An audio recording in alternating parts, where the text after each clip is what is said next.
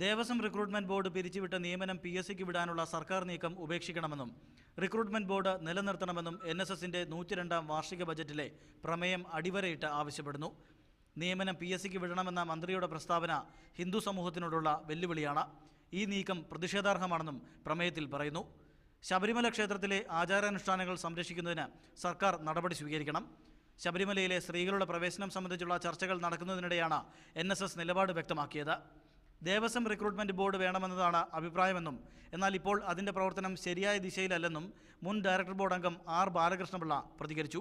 പക്ഷേ അവരുടെ പ്രവർത്തനം ഇതുവരെ അങ്ങോട്ട് ഫലവത്താകാത്തതുകൊണ്ട് ആളുകളുടെ ഇടയ്ക്ക് ഇംപ്രഷൻ ഉണ്ടാക്കാൻ കഴിഞ്ഞില്ല. ശബരിമല ക്ഷേത്രത്തിലെ ആചാരങ്ങൾ സംബന്ധിച്ച തീരുമാനമെടുക്കേണ്ടത് വിശ്വാസികളാണെന്നും അദ്ദേഹം വ്യക്തമാക്കി. വർഗീയതയ്ക്കെതിരായി മൃദു സമീപനം സ്വീകരിച്ചതാണ് കഴിഞ്ഞ തെരഞ്ഞെടുപ്പിൽ UDFന് തിരിച്ചടിയായതെന്നും പ്രമേയ അവതരണത്തിനിടെ NSS general secretary G. Sukumaran Nair പറഞ്ഞു. കഴിഞ്ഞ ബജറ്റ് സമ്മേളനത്തിൽ നടൻ സുരേഷ് ഗോപിയുടെ വരവ് വലിയ വിവാദമായതിൻ്റെ പശ്ചാത്തലത്തിലാണ് ഇത്തവണ ദൃശ്യമാധ്യമ പ്രവർത്തകർക്ക് വിലക്ക് ഏർപ്പെടുത്തിയത്. പെരുന്നയിലെ NSS ആസ്ഥാനത്തു നിന്നും ആൽവിൻ തോമസ്, മീഡിയ 1, കോട്ടയം.